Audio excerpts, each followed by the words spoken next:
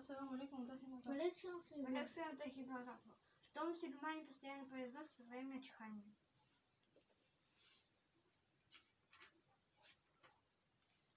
Пророк, мир ему благословение, сказал: когда кто-нибудь из вас чихнет, то в любом случае должен восхвалить Аллаха. Пусть скажет альхамдулиллях, вся хвала Аллаху. Или альхамдулиллахи аля кули халь. Хвала Аллаху в любом случае. Или альхамдулиллахи роббил алямин. Хвала Аллаху, Господу миров. И пусть его брат или друг ответит ему: Архамукаллах, да помилует тебя Аллах. Если он ему ответит, то пусть чихающий скажет: Ярдикум Аллаху валисликум балякум, да наставит вас Аллах и улучшит ваше состояние. Передается из хадиса Бухари 6224.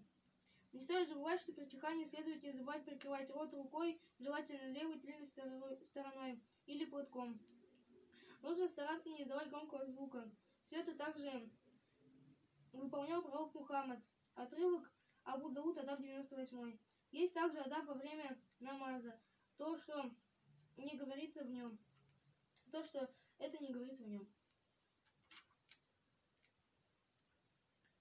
Если чихнувший присутствует на пятничной проповеди, то здесь и самое надежное, то здесь нужно будет уделить внимание первостепенному и не перебивать имама.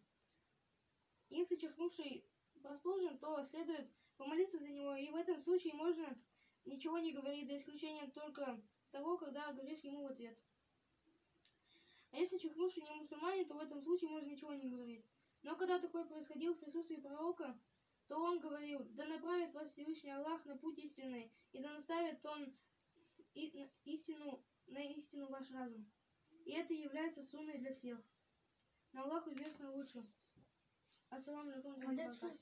Александр Баракат.